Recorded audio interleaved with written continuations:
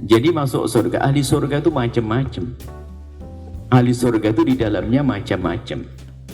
Bukan orang alim saja, bukan orang yang alim ilmu agama, ternyata raja juga ada di surga. Bahkan termasuk surganya tinggi Raja Daud, Raja Sulaiman.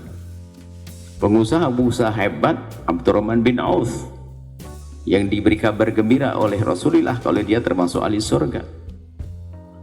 Artinya kita harus sadar bahwa surga itu adalah dipersiapkan oleh Allah untuk semua yang bertakwa. Uiddat lil muttaqin, bukan uiddat lil ulama, bukan uiddat lil fuqaha, bukan uiddat lil mufassirin, bukan disiapkan untuk ahli tafsir, bukan disiapkan untuk ahli hadis, tapi disiapkan untuk orang yang bertakwa. Takwa ini loh yang harus kita fahamkan. Takwa itu kata Nabi hahuna, adanya di dalam hati.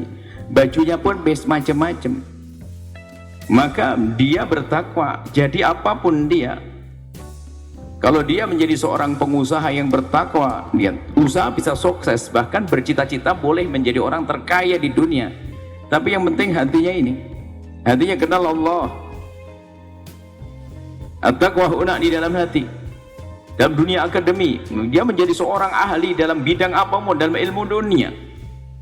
Kalau memang hatinya kenal Allah, pasti bermanfaat. Suatu kita guru mulia Al-Allamah Profesor Abdullah Baharun, Al-Habib Abdullah Baharun, beliau mengatakan bahwa waliullah, kekasih Allah, ingat, itu bukan harus orang berjubah dan berimamah. Tapi bisa jadi ini kalimat dari beliau yang kami masih ingat. Kenapa kok buat contohnya yang unik seperti itu? Bisa jadi seorang waliullah adalah orang yang pakai kacamata tebal, hidupnya di laboratorium untuk mengadakan riset, tapi di hatinya adalah untuk umat Nabi Muhammad. Padahal kacamata tebal di laboratorium, nggak dakwah dia. Kenapa? Yang penting hatinya. Nah, kita saat ini perlu nyambung kepada Allah hati. Jadi apapun Anda, surga itu uiddat lil muttaqin, untuk orang bertakwa.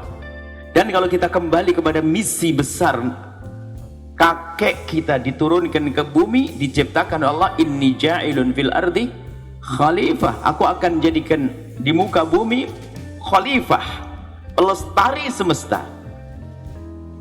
Khalifah yang melestarikan semesta, yaitu bapak kita Nabi Adam. Artinya punya fungsi yang bisa melestarikan semesta. Ilmu agama iya, tapi ilmu pertanian, ilmu yang lainnya, dan seterusnya. Jadi yang penting itu ternyata sadar bahwa Allah itu maha kasih.